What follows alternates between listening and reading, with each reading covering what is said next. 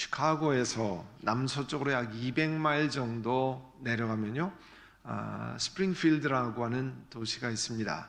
그 스프링필드 일리노이는 이 일리노이주의 수도 캐피탈이거든요. 보통 그 캐피탈에 가면 주청사가 있습니다. 저 청사는 가운데 로턴다라고 해서 둥근 돔이 있는 그런 광장 같은 게 이렇게 공간이 있잖아요.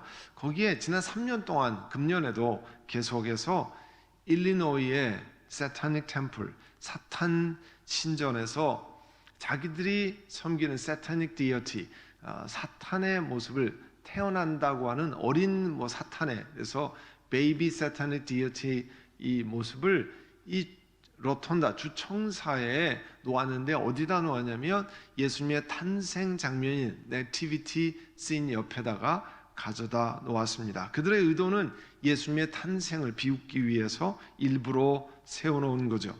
이 말을 전해 듣고 전도자 프랭클린 그레엄 목사가 이런 이야기를 했습니다.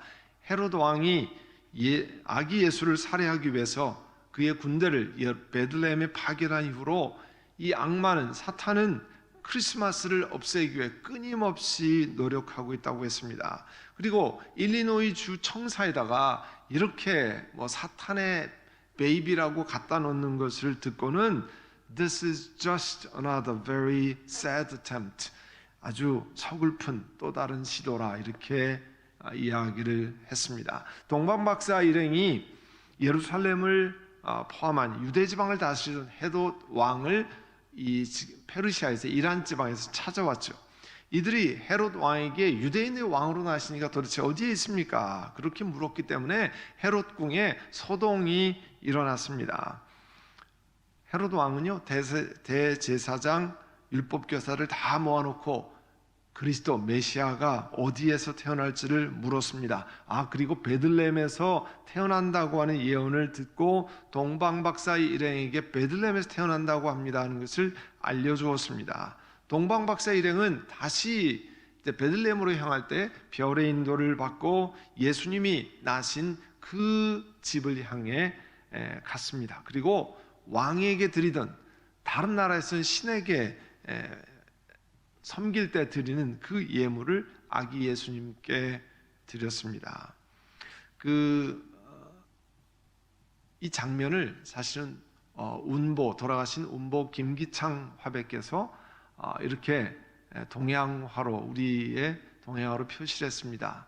우리 전통적인 이 의관을 갖추고 아기 예수님께 하는 모습. 그런데 그리고 꿈에 헤롯에게 돌아가지 말라는 지시를 받아서 성경의 12절에 보면 다른 길로, 이 동방박사가 다른 길로 자기 나라에 돌아갔다고 그랬습니다. 동방박사들이 꿈에서 받은 경고를 따라서 다른 길로 갔습니다. 그런데 13절에 보면요, 박사들이 돌아간 다음에 주님의 천사가 꿈에 요셉에게 나타나서 말했습니다. 헤롯 왕이 아기를 찾으려고 하니까 이제 일어나서 아기와 그 어머니를 데리고 이집트로 피신하여라. 그리고 내가 너에게 말해줄 때까지 거기에 있어라. 이 김기창 화백이 이렇게 요셉과 마리아가 피난하는 것, 장옷을 휘날리면서 이집트로 피난하는 모습을 그렸습니다. 그리고 이 2살 이하의 아기들을 다 죽이라고 하는 헤롯 왕의 명령을 이 관아에 이 나졸들이 나와서 아이들을 잡아가고 죽이는 그런 장면을 그렇게 동양화로 표시를 했습니다. 천사의 말은 이스라엘의 가장 큰 대적인 이집트로 몸을 피하라는 거였죠. 주님의 천사가 꿈에 요셉에게 나타나서 말했습니다. 당연히 적대적인 나라 이집트는 그 당시에 유대인의 가장 큰 적이었거든요. 그 적대적인 나라에 가는 것은 대단히 두려운 일이었을 겁니다. 그러나 요셉은 꿈에서 천사가 말한 것이 하나님께서 자기에게 말한 것임을 깨달았습니다. 그래서 14절에 보면 요셉이 일어나서 그 이야기를 듣고 밤사이에 아기와 그 어머니를 데리고 이집트로 피난 갔다고 그랬습니다. 즉시 순종해서 갔고요. 15절에 보면 헤롯이 죽을 때까지 거기에 머물러 있었다고 그랬습니다. 그리고 예언자를 시켜서 그 이전에 말씀하셨던 내가 이집트에서 내 아들을 불러내었다 하신 말씀을 이루려고 하신 그런 말씀을 전했습니다. 헤롯이요, 이제 기다려도 박사들이 오지 않는 거예요. 그래서 이 박사들에게 속았구나 하는 것을 알고 몹시 노했습니다. 그리고 결국 2살짜리로부터 그 아래 사내 아이들을 모조리 죽였습니다. 헤롯은 우리가 보통 편집증이라는 파라노이아 증세가 있었던 것으로 보입니다. 그래서 2살 이하라고 한 것은 자기가 예수님이 탄생한 날짜를 대강 계산해서 한 명이 오차도 없이 다 죽여야 되겠다 해서 넉넉하게 잡아서 이 2살 이하 애들을 다 죽인 것으로 보입니다. 헤롯 왕은요, 적어도 구약에서 메시아가 베들레헴에 태어난다고 하는 것을 믿었어요. 그만큼 율법에 굉장히 센시티브한 그런 사람이었습니다. 그렇지만 헤롯 왕은 사탄의 역할을 한 거죠. 예수 그리스도의 탄생을, 예수님을 죽여버리려고 작정을 했습니다. 결국 사탄에 사용받은 그런 사람이었습니다. 1889년 10월 달에, 그러니까 오래전이죠. 거의 130년이 넘었는데요. 이 조셉 헨리 데이비스라고 하는 선교사가 33살의 나이로 우리 조선에 왔습니다. 처음에 부산에 발을 디뎠는데요. 이 호주 빅토리아 이 장로교회가 파송한 한국 선교사입니다. 부산 경남지방 선교를 위해서 목숨을 바친 그런 분이었어요. 서울에서 5개월 동안 이분이 한국어 공부를 열심히 하고요. 그리고 조선말로 가벼운 설교까지 할 수 있는 그런 정도가 되었습니다. 언더우드 선교사가 이 데이비스 선교사를 만났는데, 이 데이비스 선교사는 자기가 만난 선교사 중에 가장 탁월한 선교사의 하나였다. 그의 실력, 그의 인품, 이런 것을 보아서 그렇게 이야기를 했습니다. 그가 선교 지역을 결정하기 위해서 5개월 동안 서울에서 조선말을 공부한 다음에 이제 300마일이나 되는 남쪽으로 이렇게 답사를 가서 부산으로 향했습니다. 부산에 가서 복음을 전하기를 원했거든요. 근데 부산에 도착하기 직전에 그가 천연두에 전염이 됐습니다. 감염이 됐어요. 그리고 곧이어서 부산에 도착한 다음에 폐렴에 걸려서 하나님의 나라로 갔습니다. 인간적인 관점으로는 너무 안타까운 생이었습니다. 34살에 조선에 선교를 하기 위해서 자기 누나와 함께 조선에 도착해서 6개월 만에 소천을 했습니다. 어떻게 보면 원수마귀는 이런 질병을 통해서 이 호주 선교사가 죽음으로 호주라는 나라가 조선 땅에 선교하는 것을 막으려고 했는지도 모릅니다. 그런데 호주 빅토리아주의 장로교회는요, 데이비스 선교사가 이 조선에 가서 6개월 만에 소천했다는 소식을 듣고 우리 한국 선교사는 우리 호주 빅토리아주의 장로교회가 맡아야 할 귀한 사역임을 선포하고요. 그 이후에 이 데이비스 선교사 이후에 130명의 호주 선교사를 조선 땅에 파송했습니다. 그 중에 한 사진인데요. 이 데이비스 목사의 제수 씨와 조카가 부산을 방문할 때 그 당시에 호주 선교사들이 부산에 와 있던 사람들이 그렇게 그를 맞았는데, 그 조카 둘이 각각 30년, 23년이라고 하는 그런 시간을 한국 선교사로 섬겼습니다. 그러니까 사탄이 그렇게 그 악한 계획을 해도 하나님의 역사를 하나님께 주관했습니다. 19절에 보면 헤롯이 죽은 다음에 주님의 천사가 이집트에 있는 요셉에게 꿈에 나타났다고 그랬습니다. 그리고 일어나서 아기와 어머니를 데리고 이스라엘 땅으로 다시 돌아가라 했습니다. 그 아기의 목숨을 노린자리 죽었다고 전해주고, 그래서 그 말을 듣고 요셉이 일어나서 아기와 그 어머니를 데리고 이스라엘 땅으로 돌아왔습니다. 이스라엘 땅으로 왔는데요, 22절에 다시 꿈의 지시를 받고 갈릴리 지방으로 갔고 그 나사렛이라는 동네로 가서 살게 됐습니다. 그래서 구약에 어느 딱 한 구절에 나와 있지 않지만 구약 전체의 말씀을 통해서 예언자들을 시켜서 말씀하신 바 나사렛 사람이라고 불릴 것이라는 말씀이 이루어졌다고 그랬어요. 이렇게 마태복음 1장, 2장, 우리 지난주 이번 주에 마태복음 1장, 2장 이렇게 보면서 하나님께서 요셉에게 꿈을 통해서 꿈에 하나님의 천사를 통해서 하나님의 뜻을 전하고 말씀하십니다. 마리아를 두려워하지 말고 아내로 맞으라고 하고요. 또 이집트로 피신하라고 하셨습니다. 또 이집트에 피난해 있을 때 천사를 통해서 요셉에게 다시 고국으로 돌아가라 말씀했고요. 그것도 다시 꿈의 지시를 받고 갈릴리 나사렛으로 가서 살게 하셨습니다. 심지어 아까 말씀한 동방 박사들도 헤롯에게 돌아가지 말라. 그래서 다른 길로 꿈의 지시를 받고 다른 길로 자기네 나라로 갔습니다. 이렇게 구약 성경, 신약 성경에 보면 하나님께서 자기 백성들에게 말씀하시고 인도하시는 방법을 보면 여러 가지가 있어요. 구약 신약 성경에서 어떻게 하나님이 하나님 백성에게 말씀하시고 인도하시는가? 가장 첫 번째는 직접적인 하나님의 계시의 말씀으로 인도하셨습니다. 하나님이 아브라함에게 이렇게 말씀하셨잖아요. 창세기 12장 1절에 너는 내가 살고 있는 땅과 내가 난 곳과 너희 아버지 집을 떠나서 내가 너에게 보여주는 땅으로 가라. 전혀 알지 못하는 곳으로 가라고 하나님이 직접 아브라함에게 말씀하셨습니다. 또 바울이 사울이라고 하는 이름을 가졌을 당시에 이제 다마스커스에 이 회당으로 가서 예수 믿는 사람을 잡아다가 예루살렘 감옥에 끌고 오려고 갔습니다. 가는 중에 예수님께서 사울에게 직접 나타나시 말씀하셨잖아요. 사도행전 9장 3절에 다마스쿠스 가까이 사울이 갔을 때에 갑자기 하늘에서 환한 빛이 그들을 둘렀다 그랬습니다. 그리고 그가 땅에 엎드러졌습니다. 사울아 사울아 내가 왜 나를 핍박하느냐 하는 음성을 사울이 들었어요. 그래서 사울이 묻습니다. 주님 누구십니까? 나는 내가 핍박하는 예수다. 직접 그에게 나타나셔서 예수님이 말씀하셨습니다.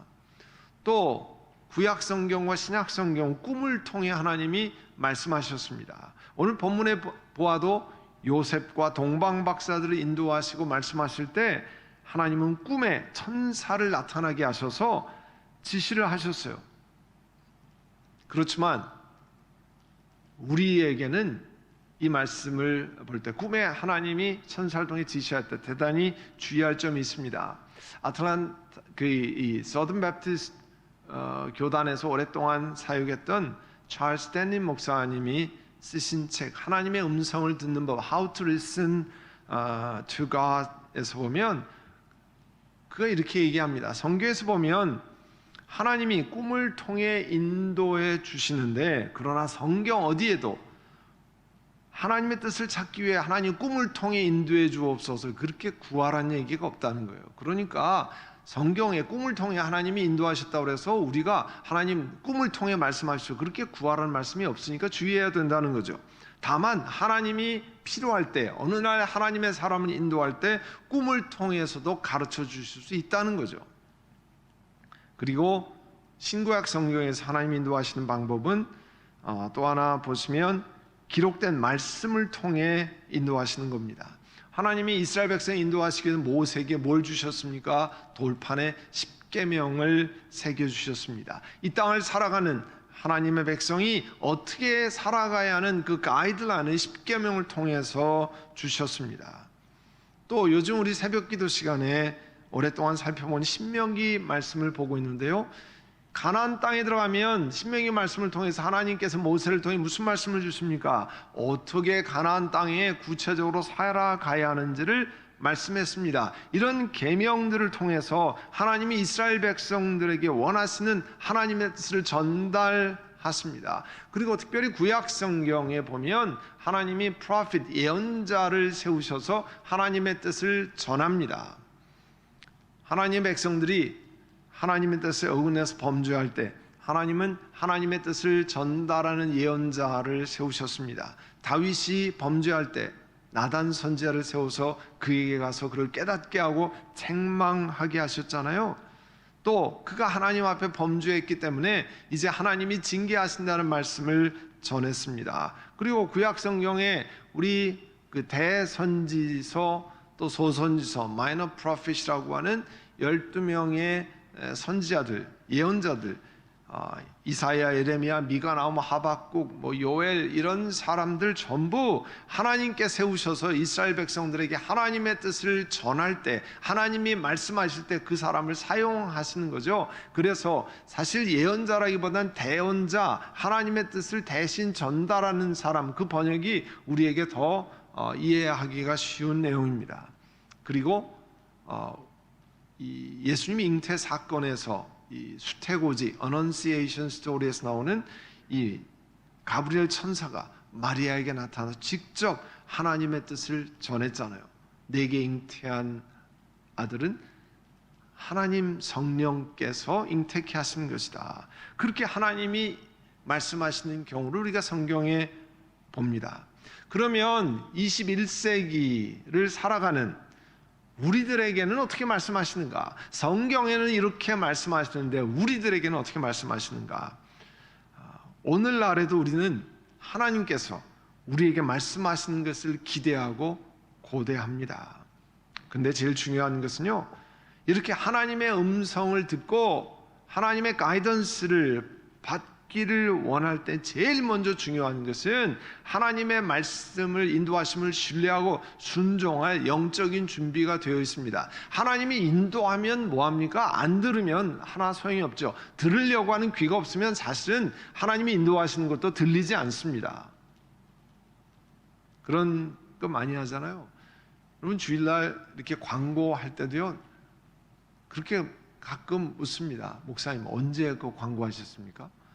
별 들을 생각이 없을 땐 그거 안 들릴 때가 많거든요. 우리 영혼에 하나님이 인도하시면 내가 듣고 순종하겠습니다는 그런 자세가 없으면요, 하나님이 인도하셔도 들리지 않습니다. 하나님이 말씀하셔도 깨닫지 못합니다. 그래서 그것을 기억하셔야 되고요, 오늘날에는, 오늘을 살아가는 우리 그리스도인들에게는 거의 대부분의 경우에 하나님의 말씀을 통해서 우리에게 인도하십니다. 성경 말씀을 통해서 우리에게 가르치시는 거죠. 실제로 거의 대부분의 경우를 성경에서 가르쳐 주셨기 때문에 더 이상 다른 인도하심을 주실 필요가 없는 경우가 많습니다. 그래서 디모데후서 3장 15절에 보면 그대는, 사도 바울 디모데에게 말씀하잖아요. 어려서부터 성경을 알고 있습니다. 성경은 그리스도 예수를 믿는 믿음으로 말미암아 그대에게 구원에 이르는 지혜를 줄 수 있다. 이 셀베이션에 필요한 지혜를 줄 수 있다 했습니다. 그리고 16절에 모든 성경은 하나님의 영감, 감동으로 된 것으로 교훈과 책망과 바르게 함과 의로 교육하기에 유익합니다. 이거를요, 다른 번역으로 하면 좀 더 이해하기가 쉬운데요, 성경은 전부가 하나님의 계시로 이루어진 책으로 진리를 가르치고, 우리들에게 진리를 가르치고 잘못을 책망하고 허물을 고쳐주고 올바르게 사는 훈련을 시키는데 유익한 책입니다. 다시 말씀드릴게요. 하나님의 말씀은 하나님의 계시로 영감으로 이루어진 책인데 진리를 우리들에게 가르치고 잘못을 책망하고 허물을 고쳐주고 올바르게 사는 훈련을 시키는데 유익한 책이라는 거예요. 우리가 지난 몇 달 동안 위에서 기도하는 교회가 캐나다 런던에 있는 런던 한인 교회입니다. 이제 자정 예배에서부터 런던 한인 장로교회로 이름을 바꾸는데요, 오늘이 지금 그들이 40년 동안 있었던 위치에서 드리는 마지막 예배입니다. 그 교회는 51년, 우리 교회보다 5년이나 먼저 설립된 교회인데요, 다음 주일부터는 다른 곳에 있는 캐나다 교회를 빌려서 지금 건물을 우리처럼 포기하고 다른 그 곳에 가서 예배를 드립니다. 오늘 거기는 뭐 예배가 이제 다 끝났겠습니다만 오늘 주일 예배에 그 담임 목사님이신 장성환 목사께서 우리는 떠납니다 하는 컬럼을 쓰셨는데 그 중에 참 감동적인 고백을 소개합니다. 그 중에 이런 고백이 있어요. 우리는 떠납니다. 우리가 떠나는 이유는 동성애 문제 때문이 아닙니다. 우리는 성소수자들을 배척하지 않습니다. 죄인이었던 우리가 구원의 은혜를 받았듯이 그들 또한 그리스도 십자가의 구속의 대상임을 믿습니다. 우리가 떠나는 이유는 교단 캐나다 장로교회가 성경이 우리의 신앙과 삶의 기준이라는 사실을 포기해버렸기 때문입니다. 그것을 교묘하게 호도하고 거짓으로 포장하려는 이들로부터 떠나는 것입니다. 그렇게 그 칼럼의 중간에 썼습니다. 하나님의 말씀이 우리의 신앙과 삶의 유일한 기준인데 이와 같은 것을 교단이 자기들의 투표로 근간을 흔들기 때문에 캐나다 장로교를 떠난다고 하는 고백이었습니다. 이렇게 하나님 말씀은 우리에게 그 말씀을 통해서 인도하시고 그 말씀을 통해서 우리에게 말씀하십니다. 또 대부분의 경우에 하나님 말씀으로 우리를 인도하시는데 또 성령의 인도하심이 있습니다. 우리 안에서 역사하시는 하나님의 성령께서 우리를 인도하시는 경우가 있습니다. 왜냐하면 구체적으로 여러분이 어느 동네에서 치노일스에 살 것이냐, 치노에 살 것이냐 성경에 나와 있지 않잖아요. 그러면 그런 때 어떤 인도를 받을 것이냐? 저희 교회가 처음으로 우리 함께 지난 한 13, 14년 동역한 양갑 선교사님과 동역을 시작할 때 이야기를 좀 말씀을 드립니다.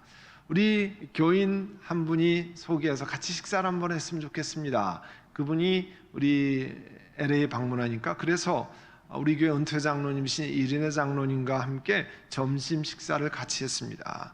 처음 만난 그분 양 선교사님과 대화를 하는데 저에게 잔잔한 감동이 밀려왔습니다. 그리고 마침 그 양 선교사님 미주복음 방송과 30분인가 60분짜리 2번 인터뷰를 한 것을 또 듣게 됐습니다. 그러면서 제 마음에 이분이 우리 교회에 오셔서 부흥회를 인도해 주신 우리 교인들에게 참 좋겠다는 그런 감동을 주셨어요. 사실 그날 제가 처음 만난 분이거든요. 한 번도 그전에도 이름을 들어본 적이 없는 분이었어요. 그 이야기를 당회에서 나누었습니다. 당연히 그분이 누군데요 하는 설명이 쉽지 않은 내용이 있잖아요.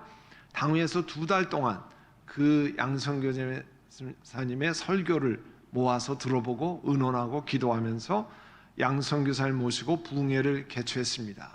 그리고 지난 13, 14년 동안 필리핀과 미얀마에 함께 동역하는 일을 해왔습니다. 그리고 우리 교회 역사상 3번을 부흥회 강사로 모신 유일한 분이었습니다. 하나님의 성령께서 인도하시는 것이 있어요. 또 얼마 전에 오늘도 우리 정 권사님 은혜 찬양을 하나님께 올렸는데 이 은혜 콘서트의 개최 여부를 우리 미주보험 방송에서 이메일로 문의가 왔습니다. 담당자 연락이 왔어요. 하나님 어떻게 해야 됩니까? 어떻게 하면 좋겠습니까? 성경에 마태복음에 누가복음에 은혜 콘서트를 우리 교회에서 할 거냐 말 거냐 해야 된다 말아야 된다 이런 얘기 없잖아요. 그러면 책임자로 교회 담임 목사로 이걸 어떻게 할 건가? 하나님의 인도하심을 기도하며 구했습니다. 그리고 그날 우리에게 오셨던 지선 전도사님이 1시간짜리 간증을 대담 프로에 나와서 하는 것을 들은 다음에 하나님께서 우리 성도들에게 은혜 콘서트를 통해서 우리에게 은혜를 주시려고 작정을 하시는구나 하는 감동이 전해졌습니다. 성령의 인도하심이라 믿고 당회와 의논하고 그리고 신청을 했습니다. 우리 모두가 경험했지만 엄청난 은혜의 시간이 되었고 오늘도 그 은혜라는 찬양을 1년을 마무리 지면서 하나님 앞에 올렸습니다. 이렇게 성령께서 우리를 인도하십니다. 그리고요 어떤 경우에는 믿음의 사람들을 통해서 인도하십니다. 많은 경우에 나를 지켜보고 나를 위해서 기도해 오는 믿음의 선배들을 통해서 카운셀링을 하고 대화를 하면서 하나님께서 하나님의 귀한 뜻을 발견하게 하고 듣게 하는 경우가 많이 있습니다. 그리고 또 다른 경우는 환경을 통해서 우리에게 하나님 말씀하시는 경우예요. 그 대표적인 예가 우리 교회가 롤랜하이츠에서 건물을 포기한 다음에 우리 치노이스로 이사 온 때 일어난 일입니다. 롤랜하이츠 건물을 포기하기로 결정하고, 그때는 교인들이 다 모르고 당회원들만 알 때죠. 치노이스 건물에 제일 처음 저와 두 분 장로님이 비밀리에 이 건물을 보러 왔습니다. 제가 건물을 다 돌아본 다음에 나가서 이 입구에 콜트야드에서, 제가 기억합니다. 콜트야드 그 3일째 기둥 옆에 서서 그 장로님 두 분에게 이런 이야기를 했습니다. 이 예배초소 너무 좋은데요, 그림의 떡과 같으니까 우리에겐 감당이 안 됩니다. 그러니까 빨리 가서 학교 웨어하우스 알아봅시다. 두 분 장로님께 그렇게 제가 부탁을 했었습니다. 우리로서는 감당이 안 되는 것이라고 했습니다. 그러나 우리 교회 당회가 이제 이 카운터 오퍼를 이 교단이 가지고 있는 웨슬레이언 인베스트먼트 파운데이션에다가 내고, 그리고 그들이 아무 자산이 없는 우리들에게 닷새 만에 이메일로 그렇게 해보자고 얘기하고 1250만 불의 엄청난 론을 우리들에게 내주기로 결정하는 것을 보았습니다. 그리고 23일 만에 에스크로가 마감되고 이사를 오게 되는 것을 경험했습니다. 저는 너무 실감이 나지 않아서요, 마지막까지 짐을 안 쌌어요. 책 짐을. 그 주까지 우리 부목사님들이 막 그냥 박스에다 막 집어넣어가지고 이제 목사님 가야 됩니다 그러고 이렇게 했습니다. 이렇게 하는 것을 보고 하나님의 인도하심을 거부할 수 없다고 하는 사실을 알게 됐습니다. 여러분, 오늘날에도 하나님께서 우리들에게 대부분의 교회 말씀으로 성령을 통해서 우리들을 잘 아는 믿음의 사람을 통해서 이렇게 환경을 통해서 말씀하십니다. 왜 그러냐면 하나님이 우리를 사랑하셔서 오늘날에도 하나님이 원하시는 길, 하나님이 기뻐하시는 길을 말씀해 주시기를 원하시기 때문에 그렇습니다. 하나님이 인도하시는 것을 다시 말씀드립니다. 하나님이 인도하시는 것을, 하나님 말씀하신 걸 듣고 순종할 마음의 자세를 가지면 오늘날에도 하나님께서 우리들에게 말씀하십니다. 그 다음 이야기는 to be continued. 다음 주에 계속해서 더 다른 말씀을 함께 나눕니다. 하나님께서 이제 2022년에도 하나님의 인도하심을 받으며 정말 하나님이 기뻐하신 길로 나아가는 우리 모두가 되시기를 간절히 소원합니다. 이 시간 이제 들은 말씀을 기억하고, 하나님, 이제 내 마음대로 사는 것이 아니라 하나님이 오늘 우리들에게 말씀하시기를 원하는데 그 인도하심을 따라 살기를 원합니다. 우리 함께 한번 통성으로 기도드리겠습니다. 아버지 하나님, 감사합니다. 2021년에도 하나님께서 저희를 인도하셨고, 이제 구약의 수많은 사람들에게 말씀하신 것 같이 2021년을 살아가는 저희들에게도 오늘 말씀하시고, 또 우리 영혼 가운데 하나님 음성을 들려주신 것을 감사합니다. 하나님 말씀을 신뢰하고 또 그 말씀을 깨달았을 때 알고 순종하기를 원합니다. 고백하며 주 앞에 나아가는 저희를 되게 하여 주옵소서. 예수님의 이름으로 기도드립니다. 아멘.